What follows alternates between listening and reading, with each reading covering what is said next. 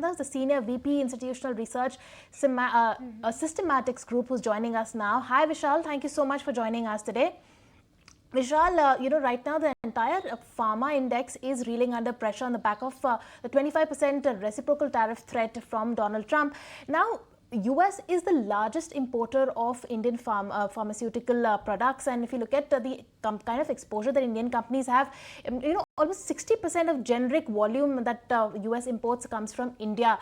Now, if the tariff goes through, how is this going to impact the margins for Indian companies? What is going to be the larger impact? Right.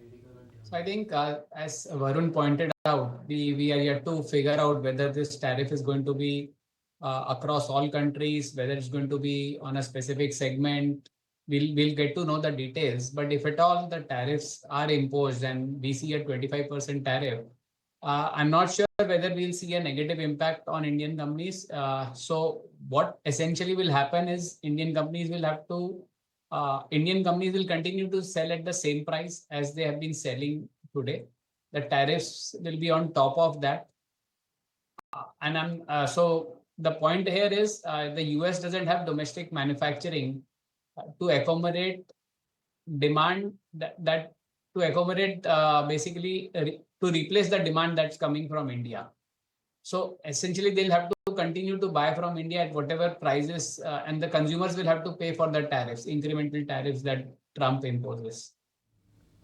So Indian companies do not have a cushion to absorb the tariffs within their prices. All right, but Vishal, help us understand that how this whole pricing environment is likely to change. You actually made quite a fair point there that it is US that as for now cannot afford to put such big sanctions, or even if they put so, then the customers have to feel the brunt, given there's so much of exposure and so much of import dependency on Indian pharma players. But if it does happen, how is that expected to change the pricing environment? Because it's not just the Indian players that will get impacted, it will the other players as well, which have to feel that burnt of the tariff. But any implications on the US pricing environment, at least in the short term, that could be likely? I think it will be inflationary for the US markets. The generic drug prices will go up pro rata, depending on the tariffs that Trump imposes. But to kind of add to this is, if you look at the US pharmaceutical industry, 90% of the industry is dominated by the patented drugs. So probably when they say they are imposing tariffs on pharma, what's on top of their mind is the patented drugs that sell in the US. That's 90% by value. So it's a $300-400 billion industry. Generics is a very small pie of that. So about 10%, about $30 billion is what I would peg that number to be. So I don't think they would have an intention to put tariffs on the generic pharma as much. They would have an intention to put on tariffs on the patented drugs, where there is a large value that is imported. So let's see what transpires. But if at all it happens, it's going to be inflationary is how I would look at things, and there will be less impact on the Indian companies in terms of they being forced to sell at lower prices to compete in the market. Right. Vishal, also there was a positive note that came out by Macquarie today about the CRDMO segment, and they feel that there is an increased pharmaceutical outsourcing and regulatory tailwind as far as that segment is concerned. In fact, they're very bullish on Divi's Lab and Torrent Pharma on the back of that. What is your take coming in on that particular segment? How do you see the CRDMO business going forward? So, based on the commentary that we are witnessing and also the earnings traction that we have been seeing in this space, the CRDMO space, it seems encouraging. It seems so almost all players are talking about higher inquiries coming from innovators. These inquiries getting converted into orders. So I think the companies that will benefit from this are largely who are prepared to tap into this. So they need to have excess capacities in place so that they can immediately tap into opportunities that come from innovators.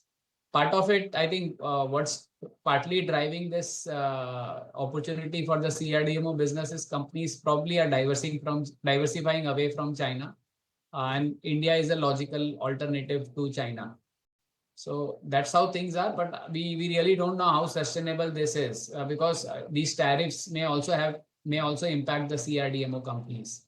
So if at all tariffs are placed, it would make more sense for innovators to source from US based companies rather than sourcing from either India or Chinese companies. So these tariffs would have implication on CRDMOs too. So And Vishal, probably they might, if at all these tariffs come into play, CRDMOs may face a larger brunt than the generic companies in India. all right, that's a very valid point, Vishal, that there's a bigger risk for the CRDMO business versus the generic side of the business in terms of the tariff implications and impositions as well. But also back home, Vishal, give us a sense that how do you see the Indian industry growing, whether it could be a price-led growth or a volume-led growth that we can foresee in the times ahead? Because I was just going through the earnings fine print, and once again there has been a resilience set by majority of the pharma companies. But back home, what's the sense and what could be the key drivers? I think so. The volume growth is there in the industry. So rest of world, emerging markets, and India would continue to drive volume growth for companies. Only thing is, so the industry will grow in volume terms, but how this volume is going to be distributed between the branded generics, trade generics, and the generic players within Indian market is the question. That's about India. Going to the US market, I think we'll see negative pricing growth in the US market. The volume growth is going to be low single digit, 1 or 2% odd. So pressure in the US is what I'm expecting in the next 2-3 years. While emerging markets should again probably grow, they should grow as much in volume terms and value terms. While I'm anticipating some pressure in India in terms of demand moving away from branded generics to trade generics and generic players. Right, Vishal. Also, if you look at the Nifty Pharma Index, that's been underperforming the Nifty at least year to date. That's down almost 12 odd percent, whereas Nifty is down almost 4 odd percent. Do you see a re-rating coming in the Nifty Pharma space given the fundamentals? So I think part of this announcements related to tariffs have partially led to this correction in the pharma space. So I think tariffs is something I won't be worried about, but I would be actually worried about the US growth playing a spoilsport for Indian companies in the next 2-3 years. So those, at least the generic companies will see some difficult times. FY 27, 28, 26 probably is going to be good, but 27, 28 would be challenging for Indian companies. Vishal, with this we'll let you go on that. Really appreciate you taking the time out and giving us a sense that how to read between the lines when it comes to Donald Trump threatening with a 25% tariff on the pharma space, and for the Indian players, what could be the likely scenario. Thank you so much for that. But with this, viewers, it's once again time to slip in.